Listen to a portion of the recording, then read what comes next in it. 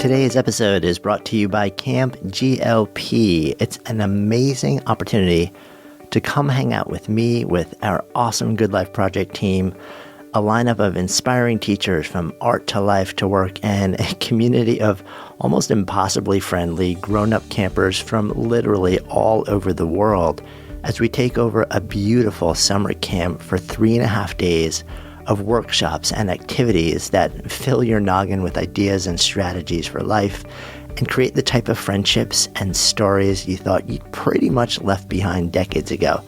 It's all happening at the end of August, just about 90 minutes from New York City, and more than half the spots are already gone. So be sure to grab your spot quickly. You can learn more at goodlifeproject.com/camp, or just go ahead and click the link in the show notes. On to our show. Fear is a cross-dresser. Fear is this really interesting emotion that likes to cross-dress other things. It's much easier to be angry than afraid. It's easier to be hateful than afraid. And so people will say the easier emotions instead of the underlying emotion. So a lot of the time, fear is rearing its ugly head as something else. Today's guest, Vanessa Van Edwards, really struggled to fit in as a kid. Maybe that's not all that unusual. I know. I was not the most comfortable person in social scenarios either, and honestly still am not. The thing about her is that as she grew up, the problem actually probably got worse and worse until a moment where she was challenged by a professor to turn her fierce devotion to knowledge and to academics loose on her ability to actually study and code human social interaction. That has become her profession.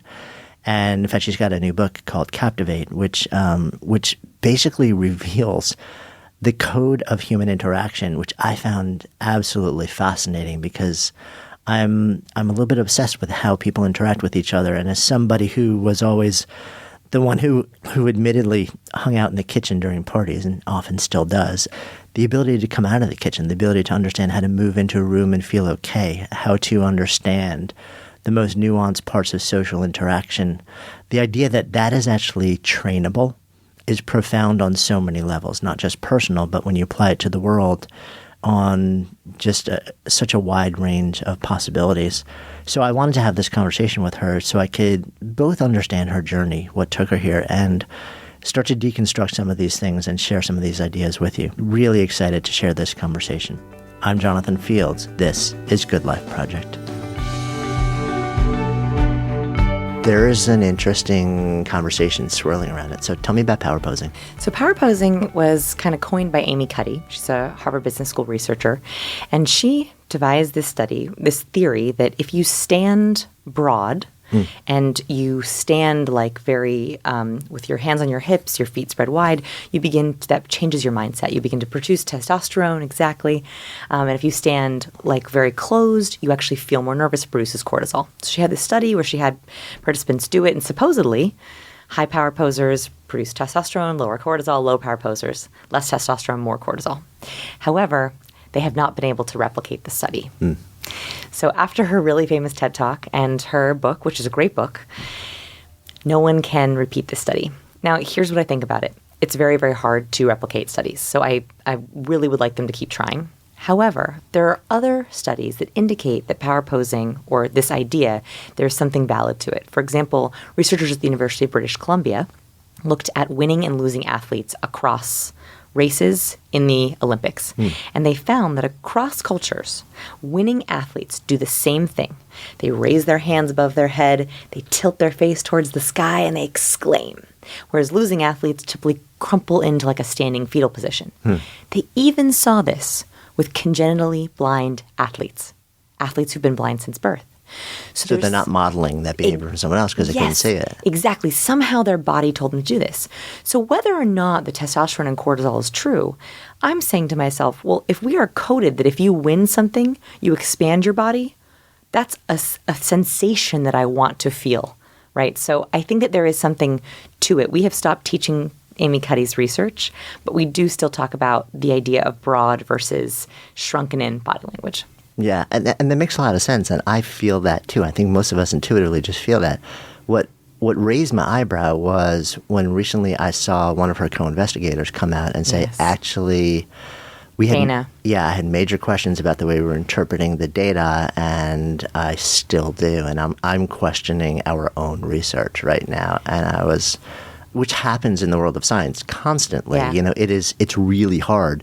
It's not just about running the experiments. It's like, okay, how do we code the data? That's everything. Yeah, and that's when we pulled the research. Yeah. But you look at yoga, right? We're doing this chart right now of all the yoga poses, and we're putting them on a body language spectrum, where we're looking at. That's so interesting. Yeah, because I was as a former yoga teacher, especially. Yeah, and so I was in yoga one day, and I was like, sometimes the small positions feel really good to me, but sometimes they feel restricting.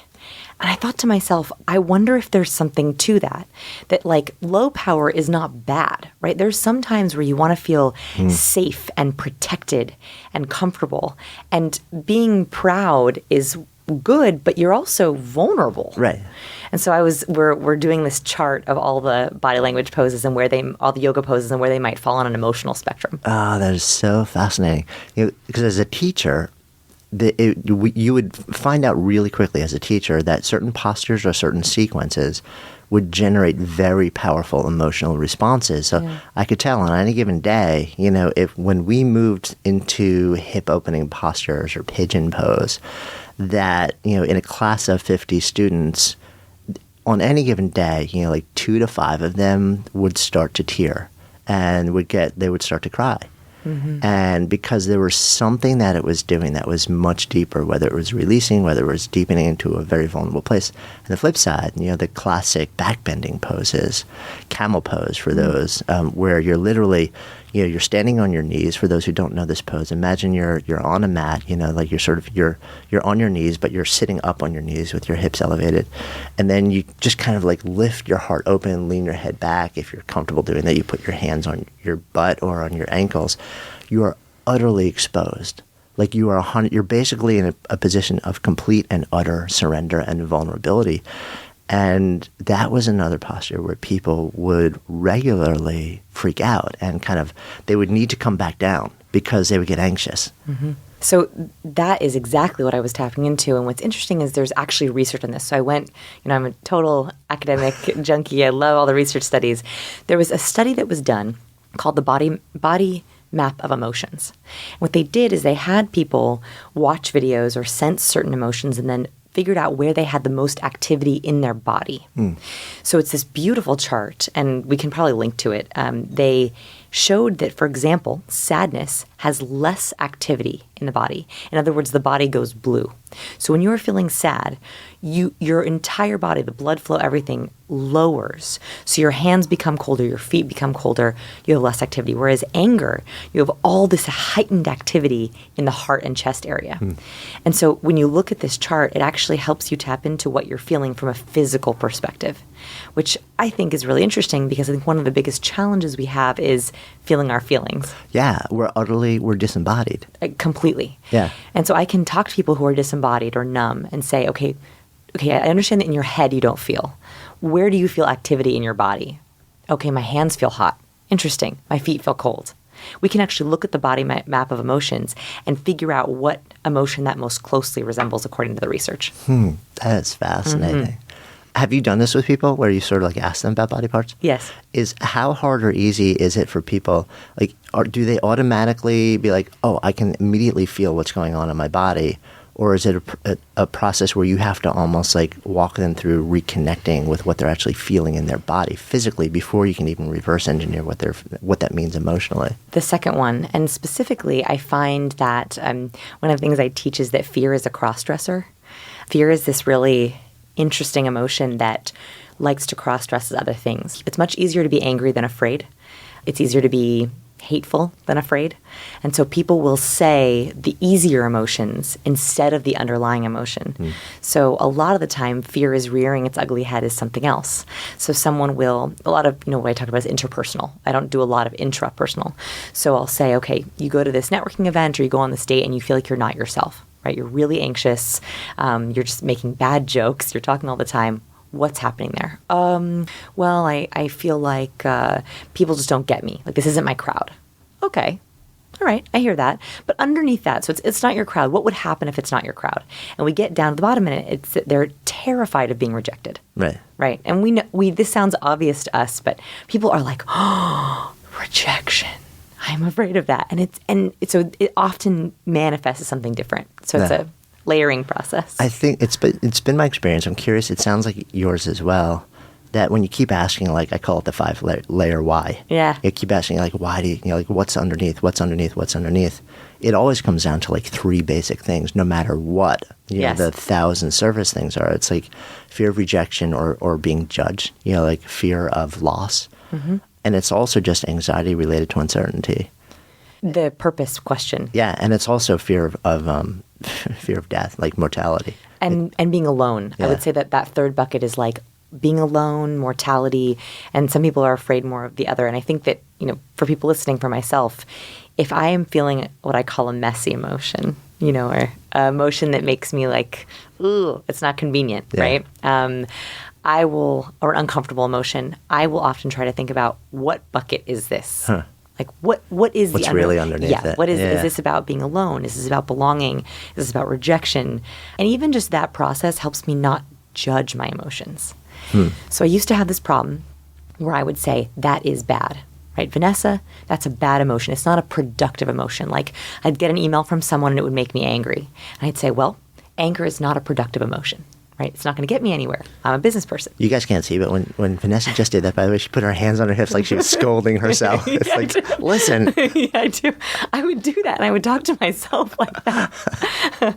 Actually, just side note here is if you ever want to know how someone talks to themselves, see how they talk to their dog. Interesting. So I would like scold myself, and I realized that actually the act of judging my feelings, that meta process there, was not serving me at all. And actually just being like, wow, okay, that's a hard emotion, that's a difficult emotion, but not a bad emotion. Yeah, and we get so mired in judging our judgments and judging our feelings. So rather than just saying, I love Ben Zander's famous. He's like, how fascinating. Let's just sit with that. Mm-hmm. What are we going to do with that? Rather than, okay, it is what it is. I'm feeling what I'm feeling. So you're curious. Yes. The problem is for my struggling A-types who are listening, like I'm a recovering controlaholic a little bit, as among an awkward person. And what's funny about that is it's hard to just sit, right? Like I have brutally hard. It's brutally hard. I have a really hard time meditating. I'm a really bad meditator, which I'm not supposed to say, So if I can say, okay, at least categorize it. At least gives me something to do. So if you're an A-type who has really a hard time sitting with uncomfortable emotions like me, just figuring out the bucket, trying to name it, it's called capitalizing or multimodality, where you think about, okay, in my stomach it feels like nausea, in my head it feels like being frantic, in my email I sound short.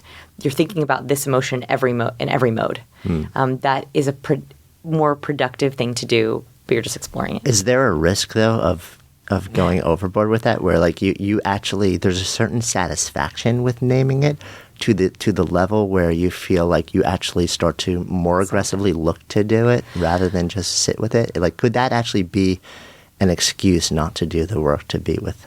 I wonder. I don't know. That's a good question.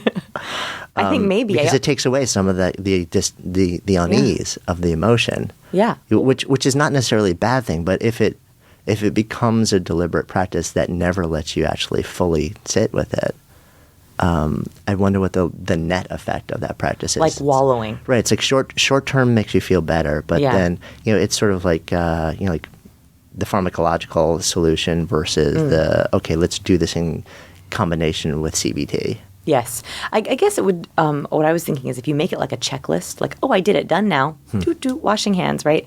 Then no. But if you're like, okay, like this is the start of my journal. Okay. Right? Like this is the warm-up exercise to dreamstorming about it or journaling about it. I feel like that could lead you to explore more when you're locked as opposed to like a crutch. Yeah. I'll buy that. Well, I know because one of the original instructions I got when I was learning mindfulness practice actually came from a teacher I've never met, but Pema Chodron, who would say that if you're trying to sit in a mindfulness practice and just allow your attention to go to your breath And as feelings or thoughts come up, literally just label it. So she literally says, you notice a thought, and you're like, just say to yourself, thinking, and then like let it go. And because like the act of naming it just kind of says, okay, and don't chastise yourself for actually the process of thinking. It's human. We're constantly spinning our heads, but notice that there's a certain satisfaction that comes from noticing that you noticed. And when you name it, you get that hit. It's like you get this, you get the score, like you get a win. I actually do think you get a little dopamine from it. Yeah. So when you look at the brain and making decisions, the progress principle, Teresa Mabiel, she has found that any kind of progress, including a decision, feels good to us. Yep. And so labeling is actually progress. It's actually making a decision. So I think that there is a little tiny bit of pleasure hit there. But I don't know if that's such a bad thing if it's going to carry you through. Right? If it's going to say, okay, this makes this unbearable emotion bearable. Agreed. So then like I can kind of explore it a little bit. Yep, agreed. It's interesting though, the hit that comes from making or like noticing it versus taking action on it. I mean, tell me if you've because I'm not nowhere near as well researched on the research as you. I remember stumbling upon research that also showed that it can be negative because the hit that you get from simply acknowledging it can sometimes be satisfying enough so that it stops you from ever taking action on it to actually resolve it. Yes. So what you were talking about is the research on affirmations. Okay. So I think there is a difference between labeling and affirming. Okay. Right? There's a slight difference there. Okay. So if at the end of the night you're saying, okay, I'm going to visualize myself as a successful author or entrepreneur, and I'm going to envision what it feels like, and I'm going to say, I am a successful author. I'm a successful entrepreneur. That actually, research has found that it makes your brain feel like it's already achieved it, and so you have less motivation to do it. Where I think labeling, it's less goal-oriented, it's more decision-oriented. So it's progress, but it's not the end. So if you label emotion as, okay, like anger or fear of rejection, right? It's not the end. You're not saying, I'm going to be popular, right? That would be affirmation. So in a way, it sort of gives you a little bit of a lens into why as opposed to how, I guess. Okay, I'll buy that. So affirmations then? Yeah. Not a fan? Not a fan. Not a fan. Is there any positive aspect to them in your mind? I think that they can be clarifying. So I think that, one of the big questions that we face, we were talking about this earlier, is, why am I here? What's my purpose? And where do I fit? And I think for me, I spent 10 years of my career, school and career, just trying to figure out who am I in a professional sense. So when you talk about affirmations, it can be clarifying to think on my best day, in my ultimate dreams in 5 years, if I could be here, then you can work backwards from there. So in that sense, if you're kind of dreamstorming about it, I think it can help feel like, oh, I see the end. Now to get there, I would have to do this step if you do the work. So I think that you can do affirmations, you can think about what those end goals are, you can do visualizations if you make sure that you're also visualizing what you're doing tomorrow. Yeah, the process. Not just 5 years, also 5 minutes. I remember having a conversation with a friend of mine who's been in the positive psychology world for years, and she was saying, this was researching this for my last book, that because I was curious about these two different types of visualization, which I learned are called outcome simulation and process simulation, where one is, and the research was fascinating to me, because one was showing that if you visualize yourself getting an A on the test, like kicking ass, doing phenomenally on it, versus if you visualize yourself studying, like every day, like literally just picture yourself, I'm sitting there, I'm with studying a book, well. I'm studying, right. Yeah.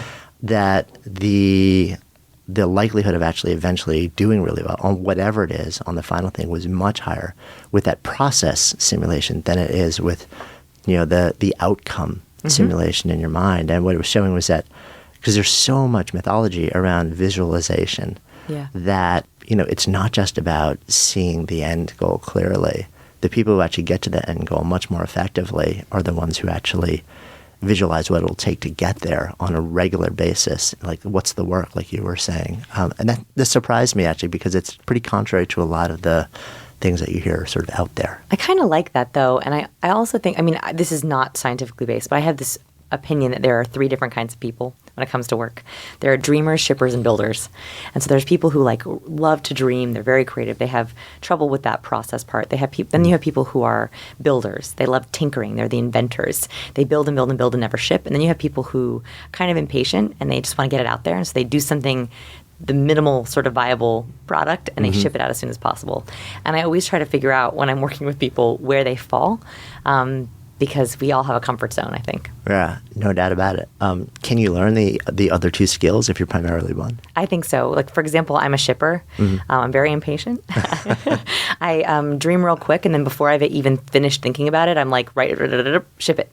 And that served me really well in my business, surprisingly. However, now where I'm at is I have to take a little bit more time with what I'm doing, a little bit less MVP. And so I've had to learn the skills of the builders. When you learn those skills, do you eventually become competent enough on that side of it where it lights you up as much as that sort of more organic orientation? Do you think I haven't found it yet. Yeah. I haven't found it yet. However, I think there's a great satisfaction when I have hired builders, because I know that I'm not one, right? So when I hire a builder, I get great satisfaction of them seeing them love their job.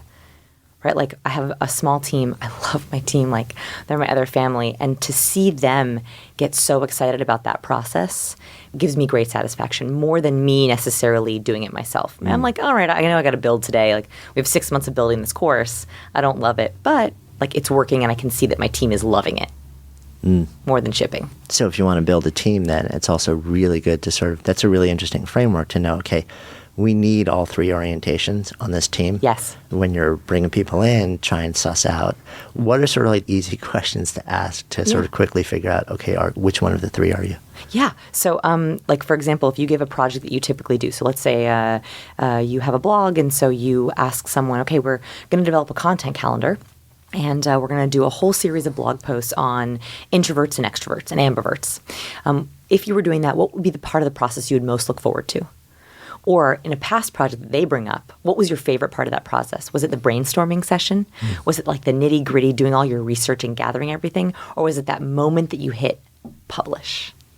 So that's a really easy one. And people, it's not too personal, right? That's a question that people can usually very quickly answer.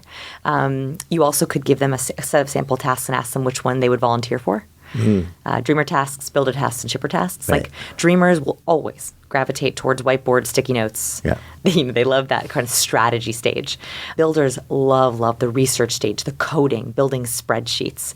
The process. Yes. And then the shippers are like, the social media, gathering testimonials, talking to our customers, right? Like, and that's a real easy way to tell. Yeah, that's so interesting. I love that framework, actually. I'm just thinking about our team, and we definitely have sort of a blend. And when you don't, then stuff doesn't. Yeah, because you need all three orientations to actually go from idea to out the door. Like, here's it, and I can usually look at a business and see where most of the orientations are. For example, if you have a business that's all dreamers, nothing's shipped. They have no products and no monetization.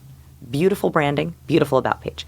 If you have a business that's all builders, typically you have an amazing product suite, an amazing user experience, but not a lot of vision, right? Not a lot of long-term vision. They send really spammy emails. It's like functional. It's really functional. They have those marketing pages that fit that formula with the big red text.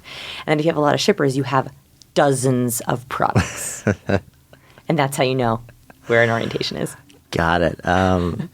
No, I completely agree with that. I have a sense of this, but I'm really curious what your sense is. What do you think? Do you think that most entrepreneurs lean towards one of those three orientations? Yes, I do. I think that typically they lean towards dreamers. Yeah, so agree. Yeah. So agree. They're like idea terrorists. Yeah. Yes. I know, because I'm like raising my hand over here. Like, Me too. my team would be like, wait, you have another idea? Like, please, just stop. Yeah. So I have this really terrible, wonderful part of my to-do list, which I'm not allowed to dream all the time, because I am a shipper, but I do a lot of strategy. So I have these hours, or 2 or 3 or 4 hours, where I let myself go through my idea document. And my idea document, I'm not allowed to look at it except for this one Friday every month. And my team always like braces themselves when I do it, because I will literally send out like 50 emails. To do what? To research, right? Like, so I'll be like, can you research this idea? Because like a lot of them are builders, right? So like I'll dream for a while and then like send it all to them, and they bring back all this stuff. And then I'm like, great, let's publish it. And they're like, no, wait, just wait, just wait a second, right? Because I get really impatient. I want it out. Yeah, I have a friend who actually has a Slack channel for his team where it's entirely for his team to slap his hand and say, no, focus. Just this. Oh like, my just God. this. That sounds like torture. But effective, I guess, not for the on certain Slack. personality. For those who aren't on Slack, by the way, it's a really awesome messaging app that actually our team uses and loves. But go Slack. So we could geek out and actually want to geek out more on behavior and social dynamics. I don't know if you use that phrasing at all. But I also want to talk about you and how you got to this place. And your body language just told a whole big story right there. It's like, let me take a step back here. I don't like it. Because right now you're out there and you're sort of known as like the master of understanding human behavior. Yeah. It's sort of like you're a profiler for the rest of us. Yeah. And this was not you as a little kid. No, I don't talk about my background almost at all. In fact, I get a lot of emails asking about my background or school. I think it's because it's not necessarily the easiest thing to talk about. It's also complicated. Basically, I grew up in LA and my parents divorced, very messy divorce when I was young. And I split my time every 3.5 days. Switching houses. One house, I was the only child in a Jewish household. The other 3.5 days, I was one of 4 and sometimes 7 because we had lots of cousins living with us of a Christian household. And it was a little bit of a schizophrenic upbringing, lots of love all the way around, but just like I think I was a different person because I had to be different to survive in both places. So in one, I was sort of an adult and I was treated like an adult. I was brought to fancy restaurants. You know, there was no patience for little kid things. And the other house, I was one of a gaggle of kids, and you had to sort of fight for the food. And like yes, we got everything, but it was a much more communal existence, and it was happening every 3.5 days. So what happened was, I became very adaptable to whoever was around me, and then did not figure out who I was. So it's taken me a long time, most of my 20s, to try to even figure out like, who am I? Yeah, I mean it's got to be. It's just a brutally on the one hand, really challenging experience. On the other hand, it's one of those things where you kind of look at it and it's almost like on any given day, it's the best of both worlds or it's the worst of both worlds. Yes. It shaped me and it allowed me to read people in a way. Like I was always an observer. I wasn't great at interacting, but I was always really good at observing because I would walk into a house that I hadn't been in 3.5 days with a little bag and be like, okay, what's the mood? Right? Like looking at my parents, looking at my siblings, looking at people in the house, aunts and uncles who were there, and being like, okay, what happened while I was gone? What do I have to adapt to really quickly? And so it taught me that skill, but it also made it so that I have a really hard time like stabilizing. Like going to college was wonderful because it was the first time I had ever been in the same place for more than 2 weeks. That was like the greatest luxury in the world to me. I still get anxiety sometimes on Sunday nights because when I was in middle school, I started switching houses Monday mornings. And I would like have to like bring my bags and like put them in the back of the car so that like I have to like store them to make sure that I went to the other house because I was picked up by the other house. And I still get anxiety on Sunday nights and I have to remind myself I don't have to switch houses tomorrow. And so that's still with me, and I haven't switched houses in 12 years. Yeah. And it also, it's, the whole time it's like, well, who's the real Vanessa? Yeah. Like, is there a real Vanessa, or are these just, are there just these two facades that are desperately trying to fit in the two different universes in which I have to exist? And it's really scary when you don't even know yourself. Yeah. And I think that like people who are closest to me see my different sides. And I think that they kind of in their mind have an idea of who I am, but sometimes I lose sight of it. Like, so right now I'm going through a little bit of an authenticity crisis while writing because I realize we've gotten to this place where I write a piece of goodness, right? Like an article, a video script, book, ebook, whatever. And I really, really want people to read it and experience it. So I can either write a clickbaity headline that leaves me feeling dirty, or I can write what it's really about and hope that that's enough to get people to click. And I find that I'm facing this struggle a lot with also like, do I say what I want even though people might not like it or relate to it because it's me? Or do I try to write something that's going to be very appealing and everyone will get it and I cover all my bases? It's been really hard to try to figure out how do I manage both, which I think is something that I've been struggling with my whole life. Yeah. I mean, with you, it's that. It's like, okay, how much of myself do I let out versus how much do I do, which I know is sort of designed to be good for, quote, business. Yes. But underneath that, the layer deeper is still, and do you have at this point in your life, do you have a strong sense of who you are and what matters to you? Sometimes. Like, I wish it was better. I don't think I do yet. I think I have a lot of learning left, which I think is why I do what I do. I mean, I think, like, really, if I would get down to it, the reason I study people is, like, I'm trying to discover myself through people. Like, why do I do these qualitative interviews with people, right? Like, why do I interrogate people, right? Like, I'll sit and look at their tells and their body language and look at their personality dynamics and their PQ and their IQ. And I think that if I can see, like, oh, that reminds me of me, it's easier than me, like, looking at me and saying, is that me? Is that something I learned? Is that my mom? Yeah. So I think that's why I do what I do. Yeah. It's sort of like you're using them as partial mirrors. Yes. To try and find your reflection in them. Yeah. And that's why I love what I do, is because my students, on the best day, my readers will send me things that help me learn about me and help me learn about them. And then I feel like I learn more about humanity. You know, like, I don't have children yet. I would love to. And I cannot wait for that experience because I'm excited to learn about humanity. And so I think that, like, I have this amazing job where people tell me their secrets. And that's an amazing thing. Now you just have to reveal yours. My secrets. To yourself. Exactly. Well, you also, I mean, you've written about the fact that, which is interesting because now you're so deep into understanding human dynamics and social dynamics, but you've also written about the fact that as a kid, beyond the fact that you were constantly in this hyper-adaptive mode, like trying to figure out, okay, how do I be okay in these two profoundly different circumstances that envelop half of each week, that when you were a kid also you felt just very socially awkward in general. I think that because I was so focused on home life, home life took a lot out of me. Home life was not a refuge at all, ever. And so I was always on at home. So in a weird way, I got to school and I was, like, exhausted. And so I would get to school and I didn't know who I was. So I think I was also a very weird kid. And I've been told that by people in a very nice way, which is fine. I think that I embrace the weird, right? I encourage all my readers to embrace the weird too. What would happen was I would be with people my age and feel like I did not belong. And because I didn't know who I was, I never felt like I belonged. So I was constantly in groups being like, are these my friends? Is this me? Is that me? Do I tell jokes? Am I quiet? Am I extrovert or am I introvert? Like, I was literally, that was happening all the time. Which isn't all that different, but it sounds like with you, most of us just do that. We don't actually think about it. We don't process it. We just bounce around until we find our people. It sounds like with you, you're in your head, like literally asking yourself, is this my group? Is this not my group? Is this my group? Which is a very different experience. Yes. And was that a silly thing to say? That was a dumb thing to say. Why did I say that thing? Did people like that thing? It was like that, as opposed to, I feel this, so I am saying this, whether it's liked or not. And so in fourth grade, it really, that was when middle school was really hitting. And I think that my anxiety was through the roof. I had just gotten a new baby sister. And so I started getting hives every day at school. And we went to every doctor for months and months and months. And they were like, we think it might be allergies, or we really think it's just like social anxiety. So I still get them. And they're sort of like these reminders of that because I don't sort of internally explore, I think that my body is like, it's going to come out one way or another. Yeah.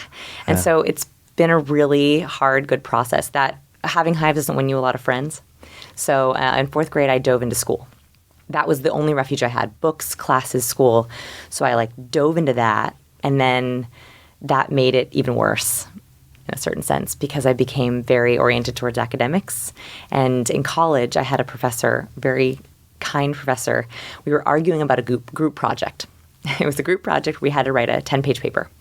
And I was like, I don't want to work with a group. I'll write 20 pages if I can do it myself. And he was like, Vanessa, this is not about the writing. This is about the people. You have to learn to be able to communicate with people. And that, I was like, what are you talking about? Like, I can't do that. And he's like, look, you love chemistry, actually chemistry I wasn't so great at. I liked science, but I wasn't so great at that class. You love, studying languages. What if you studied people like you studied for a test? What if you started to do conversation flashcards? What if you started to study personalities like you were learning new vocab terms? And that was the turning point for me when I started to study people like I study books. So I started turning soft skills into hard skills. And that was the first time I had the idea for my business. Did it immediately click? Were you like, was that a light bulb moment? It was a total light bulb moment. And I felt relief. Yeah, that. Oh my gosh. It was like, I actually looked at him and I was like, do you think that there are formulas for that? And he was like, I think that you could make some. You know, he was like, I think that smile, right? When you meet someone, smile plus handshake plus pleasant conversation starter could equal new friend. That was the first time I had ever considered anything like that. And so I went through a couple of years of experimenting, and I started posting my experiments on my blog, and I realized I was not the only one. Right. Yeah. Yeah. I mean, not only you're not the only one, it seems like most of us are actually lost in that place. I mean, I know my experience as a kid was, my sixth grade nickname was Freaky Fields. I think all of us have that weird sort of like, you know, like thing. And then, you know, like in some way we grow out of it, or we don't grow out of it, but we find that enough people who are like us that we're accepted for who we are. Yeah. My sense is that happens less, actually. My sense is more what happens more often. I'm so curious what your sense of this is. It's just my lens has been that we get a sense that, you know, there is this sort of like weird side. There's the whatever it is that makes us different. And in a quest to just fit in, we bury it. We build a facade around it that allows us to be socially okay, and we pretend that doesn't exist, which eventually comes out in all sorts of different ways. And it makes it so that you will never be 100%. You'll never have 100% access to stillness, to joy, to love, to all these things that make life great, because it's always in relation to the facade that you're bringing to the world, not to the essence of who you really are. I 100% agree. I think that unfortunately, most people don't grow up and embrace their weird, although that is the entire mission of my business. Yeah. Right? It's Which to I like love. let people actually like embrace it. We can make Embrace Your Weird our theme song. However, I think that most people, and after talking with so many people on deep levels, I have found that we really don't know. I mean, like when you first meet someone, you think you know them, right? You look at behavioral residue, which is like, you know, how we drink our water or what we order. We think we know people. We do not know people.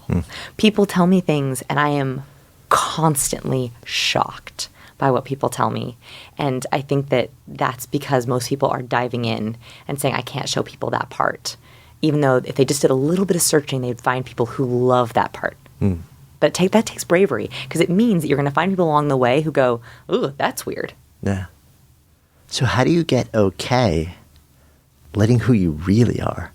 Like, what are the ingredients? Because I know you're a formula person. I am. Right? So what has to happen environmentally or interpersonally for somebody to feel like, oh, I can actually really just I can let my freak flag fly. You know, it's going to be okay, or at least I'm not going to crash and burn. Yeah. So the way that I think about it is that we as humans are constantly offering bids. Like we're constantly, and this is actually something I read about, sort of a side principle with Dr. John Gottman, who's a marriage and family counselor. Yes. So he had talked about this idea of bids within couples, a very small thing. I was like, that actually is what we're doing constantly. For example, you might go to a party and be like, oh, gosh, my heels are killing me. Small bit of vulnerability. Very small, right? And you kind of drop it out there and you see, does another woman go, oh, me too, right? Or do people go, oh, I love high heels? So that's a very, very different response, right? So if someone accepts your vulnerability, they accept your bid, and they say, yes, me too, or they give you another one back, yeah, I wish my Spanx are so tight, right?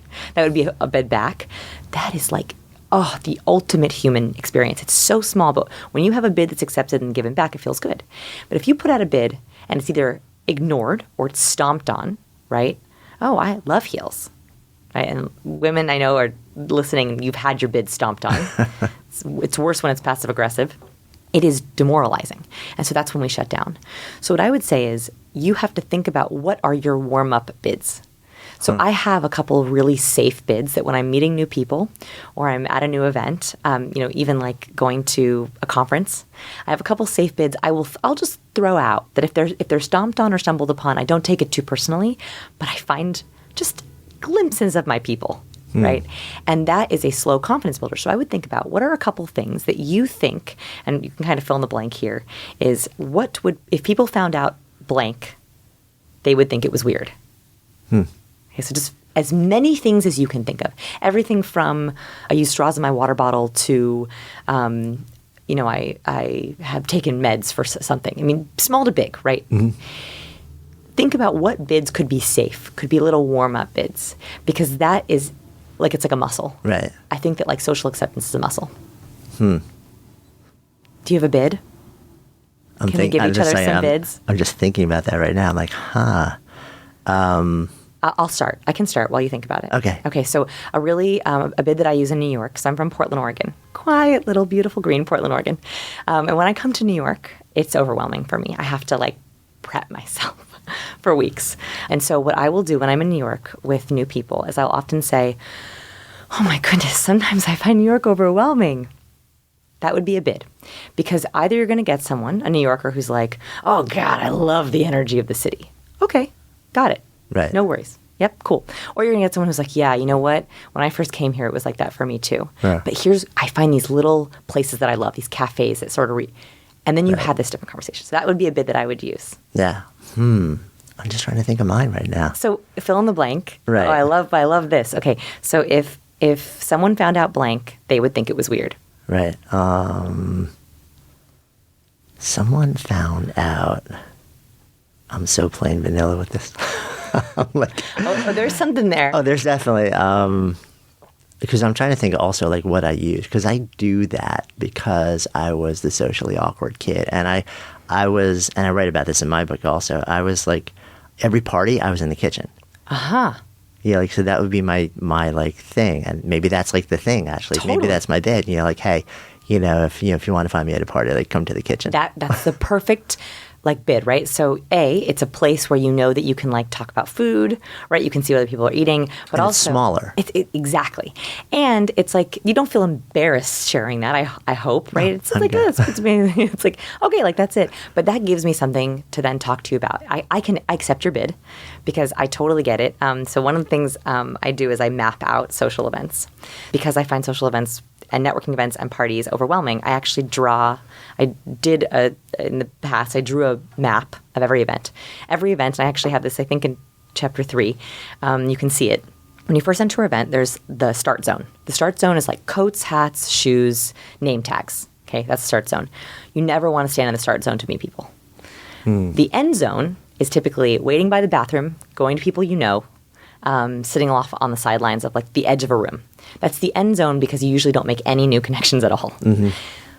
The go zone, right, the best part is right around the food. That's actually a really, really good area to stand because it's really easy conversation starters. And the best place to stand an event, any event, is right as people exit the bar. And I've known this because I've observed silently hundreds of events. That is the place where, as people are exiting the bar, they are desperate for someone to talk to.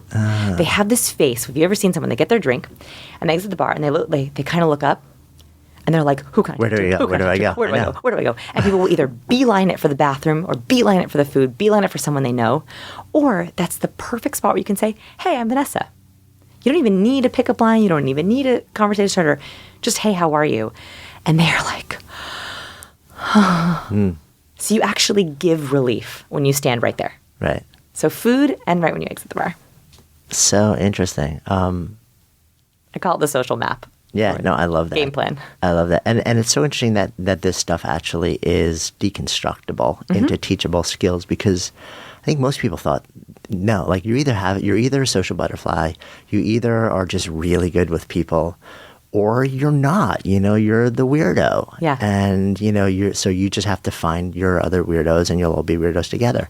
Rather than, and that may be totally fine for a lot of people, because that happens to be me. We're growing actually a global community of people who see the world generally differently. I'm growing a community of wonderful weirdos. Yeah, which is awesome, And at the same time, if you find that there's a certain value in developing the learnable skills to be able to operate in an environment that would be constructive for you but doesn't come naturally, it's great to know. I think that it's actually learnable, because I think most people don't think it is, because we've never, there's no course in college that says this is how you survive this type of experience. Exactly. And I truly believe that we can turn those soft, fuzzy ideas, and this is this kind of soft, fuzzy ideas that I got in the beginning that didn't help me at all. Just smile. That was one that I got, which doesn't help someone who's really anxious. Just be yourself, right? That was another big one. Be interested to be interesting. And that's a big one. Like, I love Dale Carnegie, but that wasn't enough for me. Those are all really good starting points, but I'm like, how? Or be more authentic, right? Just be more authentic, be genuine. People love that. What does that mean? So I have taken each of those things and been like, okay, what's the science say? What research can I do? Can I sit and map out a social event to figure out where the most genuine people stand, right? And then how can I actually set up experiments? We do a ton of live experiments to figure out how they work in real life, because with academic studies, as much as I love them, they're usually with a very low number of people, low variable, low N, right? Like, they're all college freshmen. And it takes forever. and it takes forever. Yeah. So I would much rather have 10,000 people who are our age, working professionals, and all over the world. That's a much more interesting data set that I can base off of academic research and then try to apply it in real life. No, that makes a lot of sense. So there are two things that keep coming into my mind as we're talking more and more and more and more. And I think I see them as two opposite ends of the spectrum as potential applications of the type of work that you do. One, let's call the game, right? The other, let's call kids on the spectrum. I don't know if that's still the proper language, and so if it's not, I apologize. But so, and on the one end, you the concern for me, or the question is, can you take all of the tools that you teach to profoundly understand the subtler social dynamics between you, another person, you in a room, you in a group of people, and master those skills, and then turn around and use them not for mutual benefit or not for your own benefit in a way that's genuinely constructive and service-oriented, and not just for the purpose of in some way gaining yourself, but also lowering others around you, taking advantage of other people, manipulating. Let's talk about that first. The answer, I think, is yes. I think that is my biggest concern a lot of the time. What I teach is powerful. Like, it works. And that means that if you have evil intentions, you can make it work powerfully for you in bad ways. Now, that's why I have that crisis every time I write a headline, because I don't want to attract those kind of clickers. I want to attract the right kind of clickers. I think that while you could use it for bad, it wouldn't be sustaining. So if you are doing something that is purely trickery, right? Like, you don't have good intentions behind it, but you know the words and the body language of goodness, right? So I'll teach good body language. I'll teach wonderful conversation starters, or how to have a conversational game plan, right? I call it the spark line, right? So you could do that, and you could use that for evil. The problem is, if it's not real, it's not going to last very long. So in an interaction, there's the first 5 minutes, there's the first 5 hours, and there's the first 5 days. And so the first 5 minutes, anyone can do anything in the first 5 minutes, right? You can get away with pretty much anything. 5 hours, it's real hard to sustain trickery and evil intentions. After 5 hours talking to someone, think about that. That could be 4 or 5 dates, right? That's quite a bit. That's when usually your true self starts to leak through. And that's the thing, is you cannot hide, I think, who you really are, not really. And so I think that you won't get past those first 5 dates. Could you do a lot of not great things in those first 4 dates? Probably, if you wanted to. But hopefully I'm not attracting those people. Hopefully. Yeah, I mean, it's interesting to me, because I had a conversation with Maria Konnikova last year, I guess it was, who spent years researching grifters, the long con. And fascinating. And she wrote this really fascinating book, because she deconstructed the long con. Yeah. And she used all these people. There were two things that kind of terrified me about the conversation and what she was sharing. One was that these long cons very often went on for years, if not decades. Yes. And at the end of it, even when people knew that they were conned, they still wanted in. Yeah. And it was sustainable for such a long period of time. So that was one of the things that made me really anxious about it. The second thing was that nearly every element, as she laid it out, of the long con was also a key element of marketing and entrepreneurship. Yeah. And so we had this conversation, which was similar, which is like, in the end, it all comes down to intention. Yeah. The line between manipulation for nefarious causes to like profoundly devastating long cons and to marketing a new experience or program or product that will make a dramatically better dent in somebody's universe is intention. And that requires you to place a whole lot of faith in humanity. Yes. So 2 things, I love this topic, is one, I love prison memoirs for that reason. I read a ton of prison memoirs. For the entrepreneurship, I also find the human behavior fascinating. Interestingly, Charles Manson, when he was very young, he was one of the first receivers of the Dale Carnegie course in prison. Wow. His roommate, his roommate in prison said that he would come back every day after the Dale Carnegie training in prison. By the way, they took it out of prisons, but he would come back every day and he would practice over and over and over again the one-liners and the lines and the principles he used from the Dale Carnegie course. So anyone can use human behavior principles for bad. Charles Manson certainly did. And second is there's a difference between, I think, you have to think about psychopaths and narcissists. So I actually don't write a lot about psychopaths and narcissists, and the reason is because I think it's a different kind of business, real serious business. So psychopaths often do not feel guilt. So when they're doing something bad and their intention is bad, they don't have this part of humanity that keeps them in check. Guilt is where we get caught up. So I do a lot of research on human lie detection. We have a thing in our lab where we have people lie to us, and then we code their lies for tells. And it's where we get this really robust research on what liars do. And one thing that is very, very clear is that people with the intention of tricking us, right? We tell them, try to lie to us right now. Okay, so that's not evil. They're just playing a game with us. They still feel guilt, and that's where we catch them. That's when they have a tiny little shoulder shrug or a little bit of a nose flare, right? And that's where we catch them. So psychopaths who don't have guilt, they're able to get through 5 hours, 5 years, 5 months because that doesn't trip them up. And with narcissists, they might have a bad intention, but they are so self-centered to think that they deserve what they're wanting to get that also makes them less guilty. So if you have a narcissist in your life, and I'm sorry if you do, they're really, really hard to deal with. I've written a lot about them. When you have a narcissist in your life, they will do bad things, but they justify every bad thing because they think, well, it's for my benefit and I'm really important, and so that's okay. That's where you run into some real serious problems. That's when you can get past those 5 first days. Yeah. So I guess those are thankfully the outliers. Thankfully. Yes. Yeah, but it's got to be like just this little thing in the back of your mind when you're putting stuff like this out there. Because I know I spent years deconstructing revolution dynamics and how to apply it to business. And similarly, there is actually a pretty legit sort of step-by-step framework that you can leverage. And I was just doing it for myself at first, just because I was curious, can we actually build this into companies and communities that are there to do good, and which hopefully I'm in the business of creating. And somebody asked me to share it, and I did at a keynote. And then I people were like, "Wow, this is crazy! This is new!"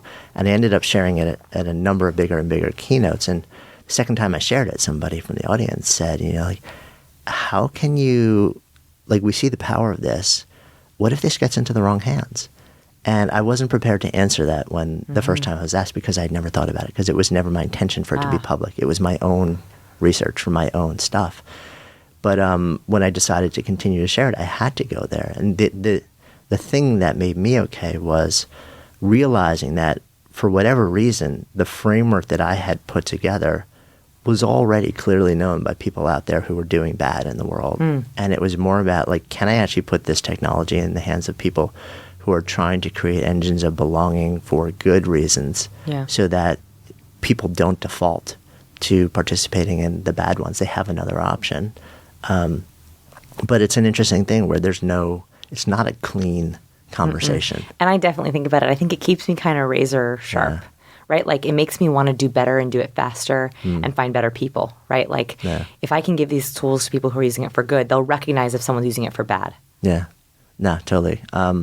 Let's talk about the other side of the spectrum before we come full circle, which is you take these same skill sets and ideas and you offer them up to kids or adults who for some reason are neurologically atypically wired where they can't naturally code or understand what's happening socially in a room. Do you explore that application? Yeah, we have a lot of students in our online courses who are high-functioning autism or Asperger's, and they have said that it's the first science version of conversation or charisma or influence. And so because we break it down into formulas, I never expected this at all. They have said to us that it's the greatest aspect of the social, it's the best social tool they could have been given. So I had no idea going into it that would be helpful. And now that I know that it is helpful, it pushes me even more to really codify, systematize, and turn things into specific bullets. If I can't turn into a specific bullet, I'm not doing it. I'm not publishing it. Because I don't want to confuse anyone. And if I think that it's fuzzy or not applicable or just a good idea but not really useful, it's not allowed to be published.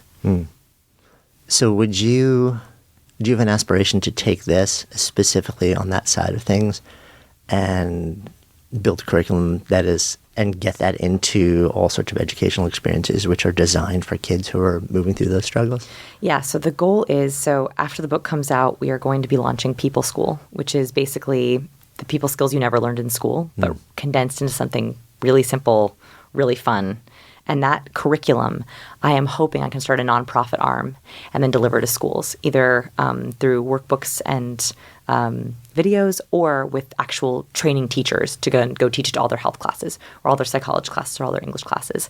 So we are building that curriculum of the add-on to all the book smarts. Like you spent 18 years in school or 22 years in school learning book skills, book smarts. Why not spend 3 or 4 days learning people smarts? So that is the goal. Yeah, that's pretty awesome. Looking back over all of this work, it's clear you love what you do. Yeah. It's clear that you're lit up by it. Yeah. I mean, we're as for anyone who started listening later or skipped past the first couple of minutes, we're standing here and you're full of energy.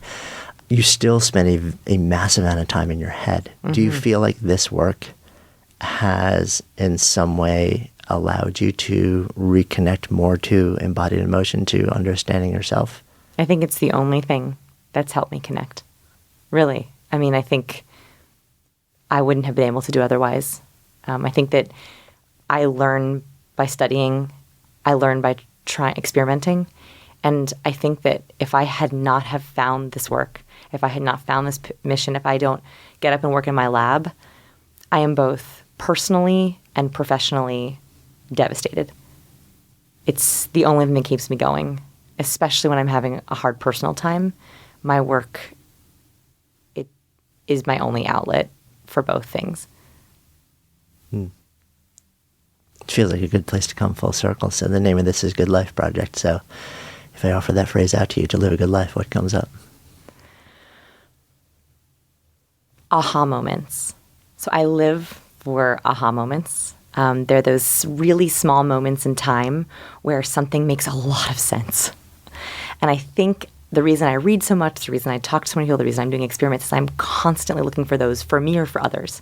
Like the greatest part of my world is going to a speaking event and having someone in the audience go, and and I'm sorry, I know you can't see me, widen their eyebrows, put up their finger and they're like, right? And you see that when you're saying something that really hits someone, gets them. I live for those for other people and for myself. And I think that part of living a good life is learning things, challenging yourself, hearing and reading new things.